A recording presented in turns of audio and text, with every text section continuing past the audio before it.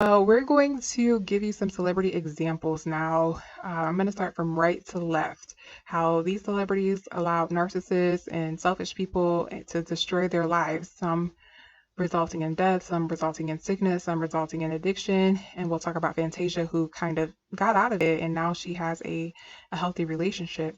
All right, so let's start with Britney Spears. Okay, she just came out with a book, and I do recommend you read that book. It gives you insight on how allowing these people into your life and to remain in your life can ruin your life completely. So once Britney Spears made it big, her family took advantage of her generosity instead of recognizing her loneliness, depression, and sadness. She didn't have anyone in her life. It felt like to her that she didn't have anyone in her life who wasn't there for ulterior motives. She felt like every single person in her life had a selfish reason for being there.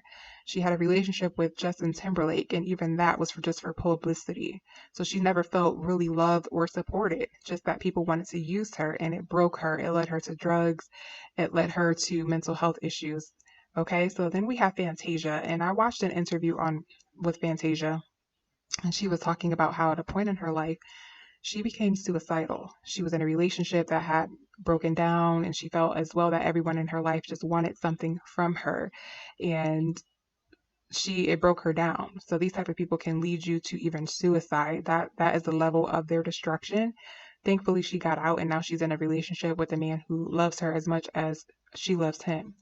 Okay. The next one is very sad for me to talk about, so I probably won't spend too much time on it, but it is Selena. And if you have not watched the movie, please do watch it. It's a very sad story. She had a very kind heart, sweet heart, and a trusting heart to the point that she trusted a stranger who claimed to be a fan, but wanted to just get on the inside so she can have the benefits of working for a celebrity, and her jealousy overtook her and she ended up killing Selena.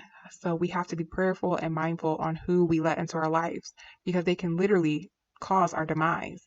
All right, and then the next one I have is Wendy Williams.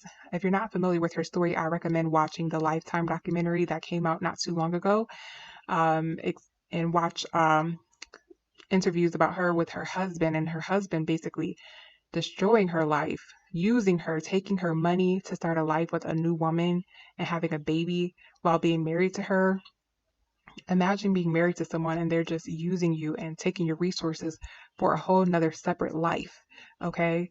Wendy Williams suffers with many health issues. She has an autoimmune disease. She now has dementia. And I'm sure all of this was caused by, or not, may not have been caused, but may have been made worse by that narcissistic husband that she allowed in her life for so long and should have cut off a long time ago because he had been cheating on her the whole time. And she put up with it because of her low self-esteem and her codependency. Okay, some people mention about her profession being controversial, and that will be a whole separate topic. But I think that she suffered with some sort of low self-esteem, which caused her, number one, to maybe be okay with the gossiping of other people, but also to allow that man to stay in her life longer than he should have been there. Right? So if you're being too trusting and allowing narcissistic takers and users into your life, they can steal your blessing, your life, your peace, and your resources.